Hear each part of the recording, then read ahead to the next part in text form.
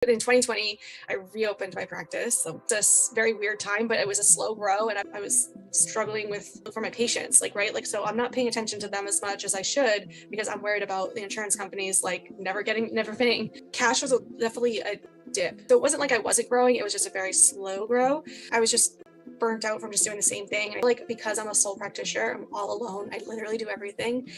It's very difficult. I think this is a big point to why I actually went with you guys, because you're not going to change the way you practice. You're just going to change the amount of people, and it's not the way it is. Looking at your averages for earlier this year compared to since we started. So January through April, an average of $9,900 a month, a little under that, a little under $9,900 a month you're bringing in. May, we hit a little over 20K. $20,500, which was not easy at first, but getting much better at closing them. So I started my practice in 2020. I mean, I started it before that, but there was a long story before that. But in 2020, I reopened my practice, so put it that way. And obviously, we all remember 2020. It was awesome. Let's never go back.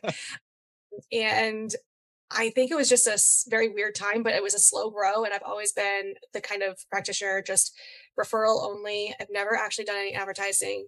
And I was taking insurance at the time. So it was a really easy sell for everybody was like, oh yeah, she takes insurance. It's fine. Great. And as we all know, insurance is a nightmare. It was starting to become the only thing I was thinking about. I was struggling with not worrying about insurance and making sure I was getting paid for the services, but it was also struggling for my patients, right? So I'm not paying attention to them as much as I should because I'm worried about the insurance companies never paying, which is, it's not all about money, but it is I'd like to keep the doors open. So I moved cash, and cash is a harder sell for patients that I already have established. Obviously I call them my diehards, they'll never leave me. That it's even harder for them to refer to me because they're like, oh, well, she's cash only. And their patients, their friends or family are like, yeah, I'm not going. Cash was definitely a dip. So I was doing it was pretty easy to internal referral with insurance, but then there was a pretty good dip in my patient base when I went into cash. Obviously, I knew that was going to happen. Not a big deal. And I'd still get referrals. It was just a very slow plateau of my patients, and it would just slowly build onto that. So it wasn't like I wasn't growing, it was just a very slow grow, which is fine. But I eventually was just like, I really have to do some advertising. And of course, the only advertising I've ever done, I got totally burned on. So I was just like, okay, well, I really don't want to do this because I already had a bad taste in my mouth. And I also have always been a chiropractor who's had mentors that are wicked old school. And you kind of have that old school thought process of, oh, well, if they're the loudest one out there advertising, they're the worst ones out there. And I'm like, I hate to say that, but it is, and there is a little bit of truth to that, but also you do have to advertise every once in a while. It's important. So I think advertising had a bad thought process to me, had a bad vibe with it. And then I think this has made it really easy because I know that social media is a totally different ballgame than paper or fly. It's a different world we live in now, right? It's not like the first starts of chiropractic care. It's totally different. Also, it was hard to find something that didn't seem advertising wise, I have no idea how to advertise. I don't know how to make little things on Instagram. I mean, as you all know, I am the worst tech person in the world. It's really bad, but they've the company, so your company has made it super easy. What were the struggles that you had right before we started, and you and your practice and the growth that you felt? I know you felt burnt out. Can you share a little bit on how you really felt coming into this, maybe the couple months leading up to this? Because I know we had some more difficult conversations right at the beginning. Yeah. So I think with everything, honestly, this is my 10th year of being a chiropractor. I think it's an easy job when you are actually doing the job, but everything that you have to do to promote yourself is not an easy job. And we weren't ever taught that. We weren't ever taught any of that kind of thing. And I think that's the biggest thing. I feel like I was burnt out. I didn't even know where I needed to start with advertising, right? Because again, it was hard. I'm not quite sure how. I think we just it was a phone call or something about Palmer, and then I was like, oh, and then it was really interesting because it was almost like you guys were just there, and I was like, oh, that was weird. I need to manifest more things like that, but it was good. It was exactly what I wanted because it was ROI based, right? It was based on your return on investment, which I think is huge, especially because it gives both parties accountability. And before I started, I had a lot of goals that I think that I would have reached. It was just going to take so much more longer time.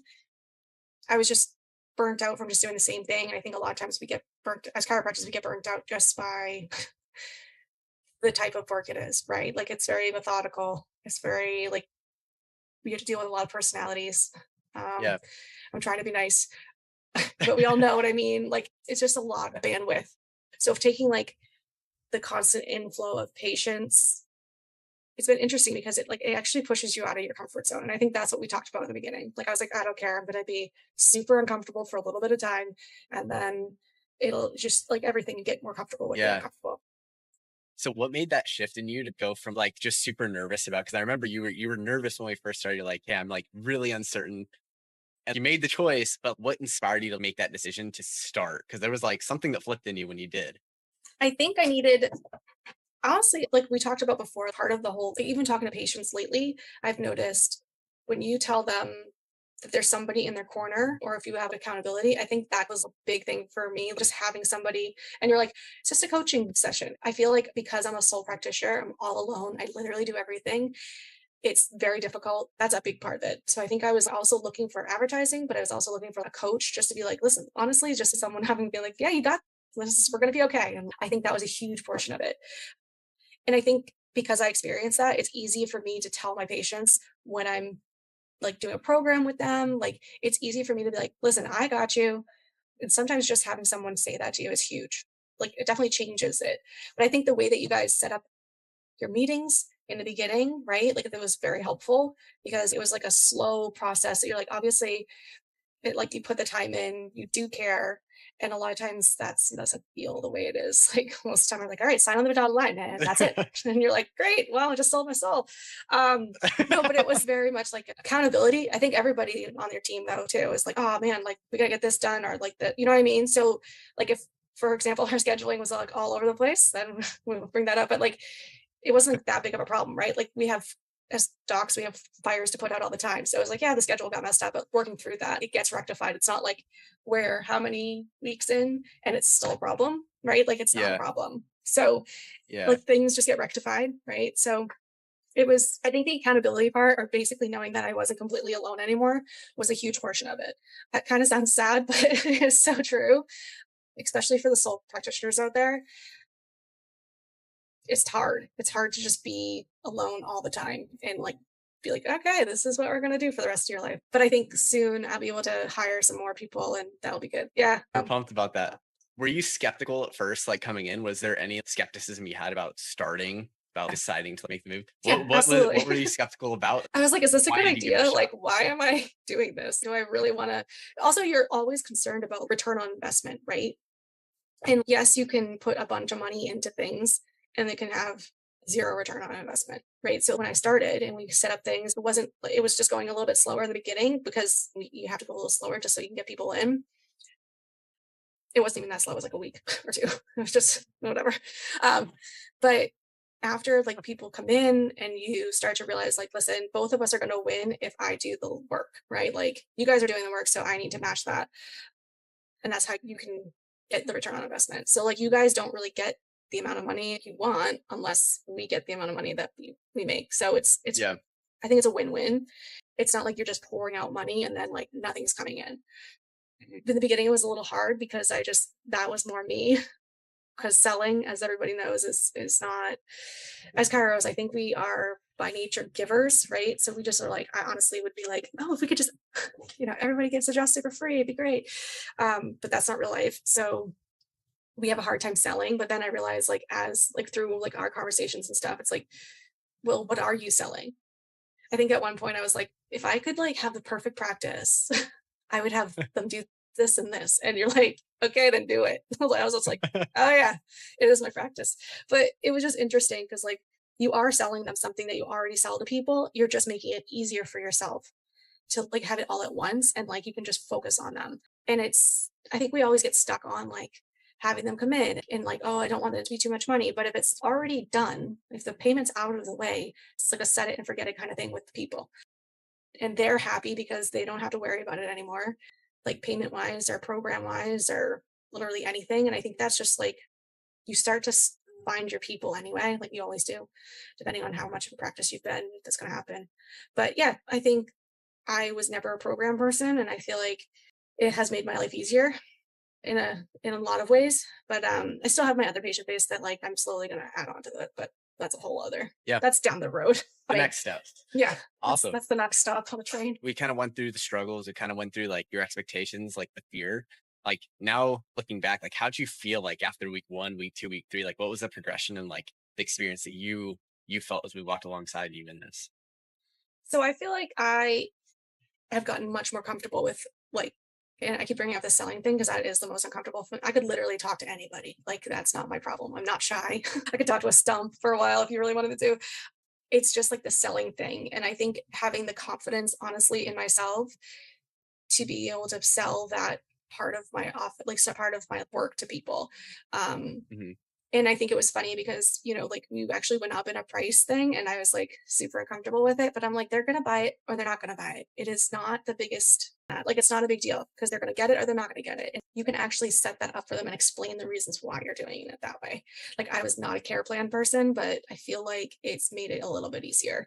Like, I would just let people work on their wellness as they go. You're rocking Um, it now.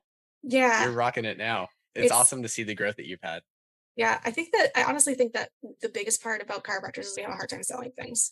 I know that's the biggest obstacle for me, at least. I don't know. Maybe some people Yeah. are nervous about talking to new People patients all look the at it as time, being but bad. yeah.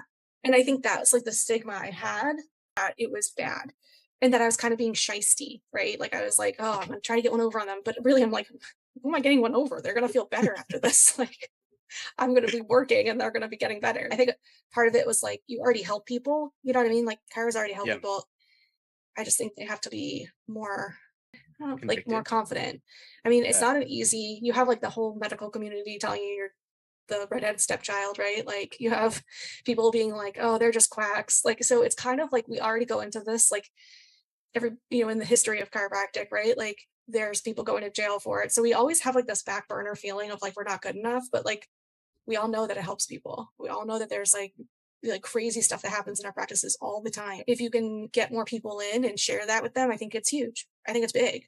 And I think I started looking at new patients a little differently. There's definitely been a shift. Before I was like, oh, yeah, like a new patient, you kind of have to do all the paperwork and all that stuff. You still do, to be honest, but it's okay because the more you see, I think you'll realize you kind of find the people that are going to be more drawn to you anyway. So you have this basically a floodgate of new patients. The people who are going to want to see you and want to stay, they stay. I just had a patient just yesterday. She's just like, I don't know why. I just love coming here. And I was like, okay, cool. I was like, I need some of your positive energy today. She's like, my last patient of the day. She's like, no, it's great. I love it. I'm so excited about this today. I was like, okay. I was like, oh, I love you. You're so fun. But That's awesome. you'll find your people, Yeah. finding the people that are going to be good for you and you good for them. Because that always happens Yeah. in the long run.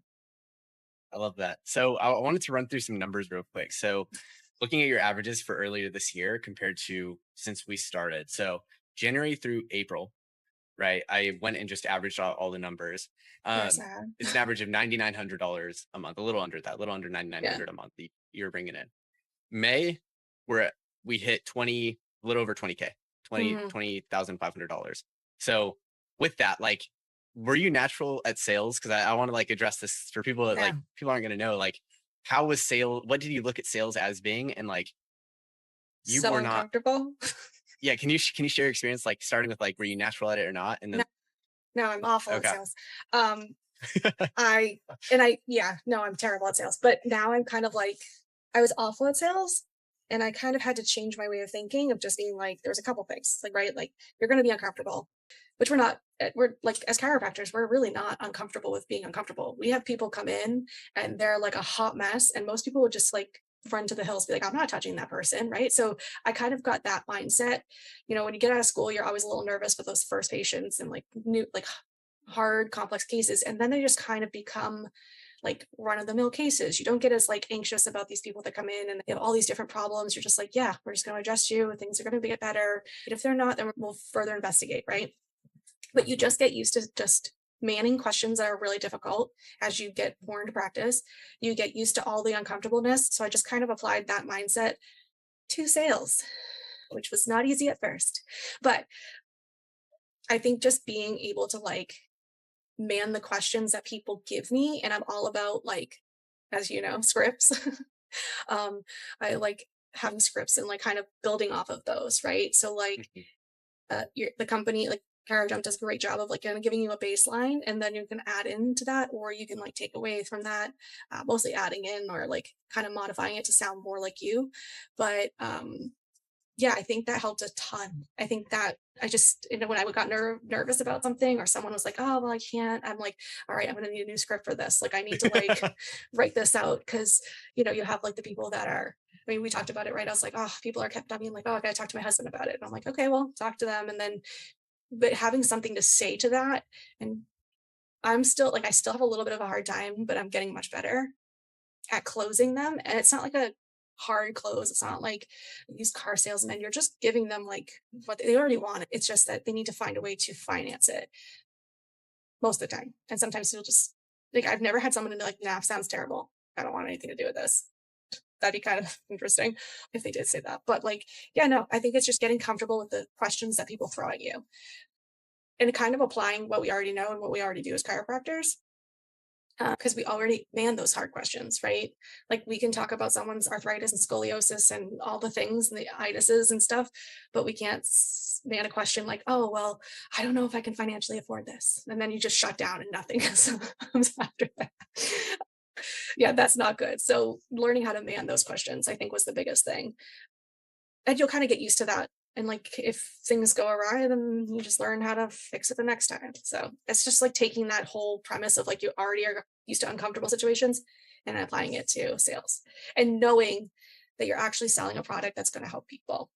So there's that. What do you feel like you did differently that has allowed you to become really solid at sales? Like you can always get better, but you have become very solid at what you do and like portraying that, conveying that, and speaking to people about it. What do you think you did differently that has allowed you to do that versus what how other people might take any kind of sales training? I think I specifically made a point to have it in like intake, adjustment, sales portion. I think a lot of times we don't take that time, or not time so much as like a segment of your exam to just sales. Like you're not going to be adjusting someone and then trying to sell them a package at the same time. That's not really good. But excuse me, making sure you have that time like carved out, even if it's like, it only takes like 5 minutes or so, but having the time like scheduled out in this thing, because I would just be like at the end of the adjustment just like, okay, if we're struggling, we'll figure this out, and like I'll see you next week, blah blah blah.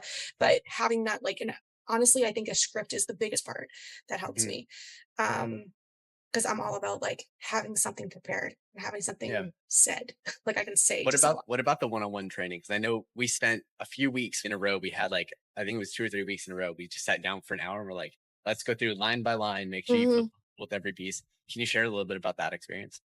I think again like the script that you gave me was really impactful for people, and it was like it's written because you guys focus in sales, right? Like this, you sell sales. That's kind of weird, but you do. But so I think when we had our trainings, I'd be like, I have no idea what does this even mean? Like, you know what I mean? Like I'm always I'm a question asker, So I was like, I don't know what this means. Was there an easier way to put this? Like just in the, what do you call that? The script itself. And we went over that really like pretty in depth, and you're like, well, you could probably say this, this, and this. Like it's just a recap. And I'm like, oh, so when I hear it in a different way and work, it might not be my wording, but you explaining it to me was much easier for me to understand. We just went through and kind of made it my own. And I think that's when it clicked in my head. Or just knowing the Mhm. baseline of it was way easier to understand. I don't know if that makes sense. Yeah. Does that make sense? Yeah. And I think the biggest thing that I've noticed, and I'll just share a little bit here, is you've been super intentional about it. You've not been shying away from like, yeah, I'll get to that when I get to. You've been like, no, I need help with this thing. Can we have a time? Can we make it work? Can I get extra time with you so that we can actually walk through this and I can get better? When you start off chiropractic school, you're not like, oh, I'm not going to put in the time and effort. I got this figured out. Like, you're like, no, I'm going to study it. I'm going to ask questions. I'm going to make sure I understand it truly so that I can take this on. And I think chiros forget that there's two aspects of things. You have your business and then you have the chiro. And sales Hmm. is a piece of that business. And if we don't do really well there, we can't have the impact we want to make. Yeah. And you've taken a hold of that and been like, no, I'm going to get really good at the sales portion so that I can make this impact, so that I can make this life changing or practice changing revenue that I want to Hmm. make and hit these goals that I want to hit. So Yeah. I want to give you a lot of like props for that, because not everyone takes a hold of that. Not everyone is like, okay, I acknowledge that I'm not great at this thing and I need to get better. Let me take a step there. Yeah. People get lost on not acknowledging that or not taking that step. Yeah. Thanks. Yeah. Um, Yeah. but I think it would be easy for other chiropractors to do, to be Mm, honest. Like, as long as they took what they're already done in chiropractic school, like you made it all the way through chiropractic school. Like, it wasn't an easy feat. As much as people would like to downplay it, it wasn't easy. And obviously, we're goal driven people, probably a little OCD. So that's okay. It's actually a good thing in this case, but just really goal driven. And I think that I feel like if you have a goal in your brain and you want to achieve it, I do think you can probably, like, I needed to be better at sales. Like, that was the way that I'm going to get to the next level in my practice. I'm still working on it, right? Like, I'm still trying to get to the next level in my practice, but it's either like I've known it for a while. Like, if there's going to be a problem to solve, it's going to be me solving the problem. Um, and normally I usually am the problem. So that would be the problem there. Uh, but solving that problem and knowing if I can fix the sales portion of it, I figured out every other aspect of it. Like, why not be able to figure out the sales, right? Like, it's just another piece of the chiropractic puzzle, right? Like, if you're comfortable with sales, you're not going to get to a certain point, right? Like, you're just going to be like, and it's very easy for us, I think so, as like a sole practitioner, to have people kind of like manipulate their way into like us as givers being like, oh, well, like I just can't do that. And I'm like, and they're like, oh, okay. And then you end up having that whole patient base be like that. And that's just not good. You need to be able to not have that patient base where you run the practice rather than the practice. Okay, some people call it practice members. Patients run the practice. I think that's important. I think it's like getting past that is huge. yeah. But sales, I think, is just another obstacle to overcome. And yeah, maybe you might not be good at it. I never was, but I feel like I just got used to it because I think going in, that was my major thing. I had a goal in mind that I wanted to grow my practice. I'm still growing my practice, but I want like another doctor. I want some front desk staff, right? But I have this vision of my practice and what it could be. I just need to get there and I need to make sure that I know how to do every single job that I want other people around me to be able to do. Because I'm not going to have a great practice if I can't do it. Right. Like, I'm not going Yeah. to be able to teach them either. So if I can't sell, I can't rely on someone to sell my practice for me. Do you know what I mean? Yeah. Like, I Yeah. need to be able to do it well. I think it's Yeah. just being Yeah. uncomfortable or comfortable with the uncomfortable. I think that's what we said in the beginning. I was Yeah. like, you're really pushing me out of my comfort zone, but I'll do it. If you say it'll work, I okay. love it. Yeah. Yeah, you've taken it and like Yeah. you've taken a hold of it and done it. And like you've been the one doing the stuff. Like you've made it happen. Things don't work without you implementing them. And I think that's the biggest thing. You do No. it. Yeah. Yeah. You have to, I mean, don't get me wrong. It's not like you're going to have this company come in and they're going to do all this thing for you if you can't do the work. But I think that's part of it too. Like, you realize, like, you have these people walking through the door and you're like, okay, well, they're here for a reason. Just give them what they want. And if they don't want what you have to sell, then they're not going to take it. Like, it's fine. Like, I think that was a big thing for me in the beginning, is getting used to people being like, yeah, I can't. And I'm like, okay. So it kind of is a little hard to take that rejection, but then you're like, it doesn't happen often, but like, you kind of learn that's part of it, right? Like, 'cause you're seeing a way more people than most, like the You average, were like, at yeah, how your many? You were average. at 3 patients a month before we Yeah. started. And Yeah. then we started and I think last month we had Three roughly patients next Monday. So that's just one okay, day. 3 patients in a day. There we go. We had like So 2 to 3 people coming in every day. yeah. And if you can do it and make this stuff happen, do you feel like anyone can do it? Yeah. But I feel like that all the time. Like, I feel like if I can go to chiropractic school, anyone can go to chiropractic school. But it's true. They've already gone to chiropractic school. You've done so much so far in your life, like most of the practitioners you work with, right? That why can't you do this? That's the real question, right? Like, that's the question I ask myself. I'm like, obviously you can do this. It's uncomfortable, but you're going to do it. Just get it done, learn how to do it, get good at it. That's another thing in your practice that's like a solid thing that you already have, right? So another thing that I think is important to say is, like, a lot of companies that do practice management I don't know if it's like practice management that you'd call it. I do like advertisement and No, like a little bit of coaching, the right? growth. Yeah, I'd Growth. say we guarantee growth. So that's essentially So the guaranteed growth thing, right? Like, I feel like a lot of times people look at those companies and all they're going to expect their practice to turn into is like a conveyor belt kind of practice. mm, Worked in those kind of practices, and I told myself that I'm never going to be that person, right? I'm not that person. I take time with my patients. And I think this is a big point to why I actually went with you guys, because you're like, you're not going to change the way you practice. You're just going to change the amount of people. I have changed a little bit about the way I practice, but that's because that's the sales part of it. But like the actual adjustments and the taking care of people hasn't changed. And I think that was another, I think to your point before of like, why was that a big selling point? I think that was a big selling point because I think a lot of times practice, like people who come in for sales, they're like, oh, we're just going to get them in, you adjust them. And it's not the way it is. Like, I think that was a big thing that you guys had said Yeah. at the beginning was a big selling point. Knowing I needed to grow, but also having someone who's like willing to be like, no, no, you need to cut Yeah. your time in half. You need to do this. You need to do that. That are almost like a, I don't know how to say this. Like it's like a moral thing. You know what I mean? Like a, Yeah. I It's don't, not that's not the ethical. word. Yeah. Ethical. Not your, That's, yeah. that's not how I ethically feel like I need to treat patients. So Yeah. there wasn't any changing of that, like the soul of my like my practice, Yeah. right? That wasn't changing. Just the amount of people I could take care of was changing, which was good. And I think that's a big selling point for a lot of practitioners like me, because I think it's like the first one that I've actually ever come across. I didn't want to change like everything about the practice or the way that we work.